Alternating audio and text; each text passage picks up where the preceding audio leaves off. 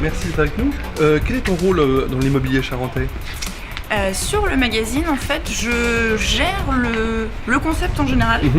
Ça va de la rencontre avec un futur annonceur jusqu'à la conception finale, en fait, le check du maquettage, est-ce qu'il n'y a pas d'erreur, est-ce que la photo est au bon endroit, et ensuite tout ça part à l'impression.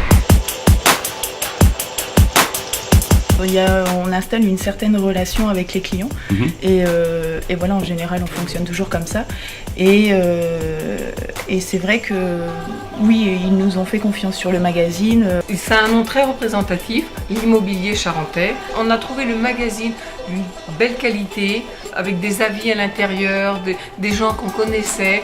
C'était agréable, on a envie d'y être. Il n'y a pas trop de pubs dans ce magazine, c'est plutôt vraiment les entrepreneurs qui ont la parole. Les avis qui sont donnés, c'est compact, tout en disant l'essentiel, c'est ce qu'on aime lire, quoi.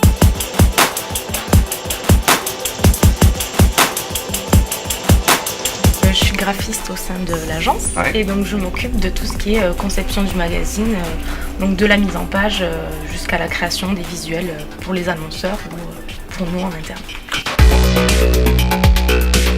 Je m'appelle Charles Sarda, je suis co-gérant associé de l'agence 42.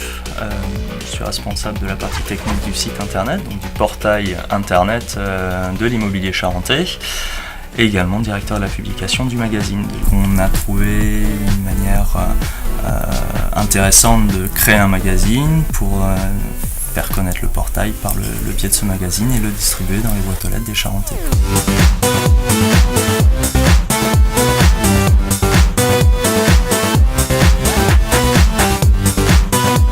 L'offre de service, en fait, c'est d'agréger toutes les annonces en fait, immobilières de Charente sur un portail et d'avoir donc pour les Charentais un espace unique pour avoir toutes les annonces. On trouvait quand même relativement intéressant également de proposer un autre support de l'immobilier charentais en version papier. On propose en fait un portail pour les agences immobilières qui souhaitent vendre ou louer, parce que c'est l'objectif. Nous, on leur propose un portail optimisé pour qu'ils rencontrent des futurs acheteurs ou acquéreurs. Et dans le prolongement, du coup, effectivement, pour faire connaître l'immobilier charentais aussi au grand public, puisque c'est eux que ça concerne, pour les futurs acquéreurs, les futurs locataires, on a créé le magazine qui là a plus vocation à faire connaître tous les corps de métier qui ont un lien avec l'immobilier, et également des agents immobiliers qui souhaiteraient effectivement se faire connaître un petit peu plus autour de Cognac et d'Angoulême.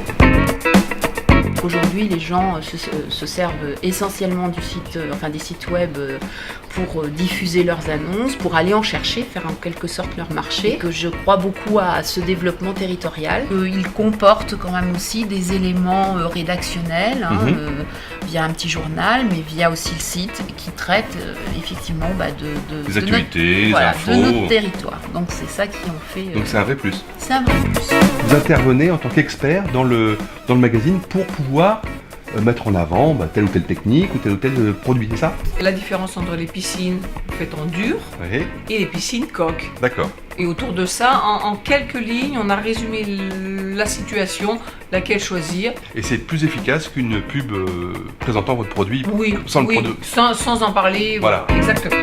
Nous sommes spécialisés dans la fourniture d'articles de la décoration et avec un avis d'expert, ce qui ressemble à notre entreprise. On n'est pas seulement là pour vendre, mais on est là pour donner tous les tenants, les aboutissants auprès du particulier, du professionnel. Le magazine immobilier charentais, d'où le nom, on traite d'immobilier, mais ça va de la décoration de la maison, à l'aménagement du jardin, à la création d'une piscine, je veux rajouter des luminaires. Donc ça touche finalement à tous les corps de métier qui ont un lien avec l'habitat, la maison et l'habitation. Et ensuite, le magazine est destiné évidemment aux habitants d'Angoulême et de Cognac alentour, qui reçoivent le petit magazine dans leur boîte aux lettres. Allez, c'est parfait, c'est intéressant et puis c'est gratuit. Eh bien écoute, merci beaucoup Marion pour cette interview en béton.